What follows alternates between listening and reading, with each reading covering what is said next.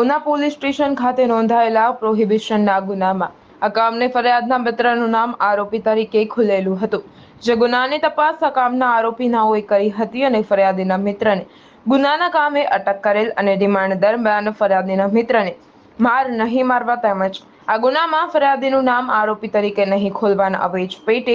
આરોપી નંબર 1 ફરિયાદી પાસે પ્રથમ 5 લાખ રૂપિયાની લાંચની માંગણી કરી અને રકઝકના અંતે રૂપિયા 1 લાખ આપવા નક્કી કરી, જે રકમ આરોપી નંબર 2 ને આપી દેવા જણાવ્યું હતું। જે લાંચની રકમ ફરિયાદીને આપવા માંગતા ન હોય એસીબીના ટોલ ફ્રી નંબર પર સંપર્ક કર્યો, જે અન્વયે લાંચના છટકાનું આયોજન કરતા આરોપી 2 નાઓ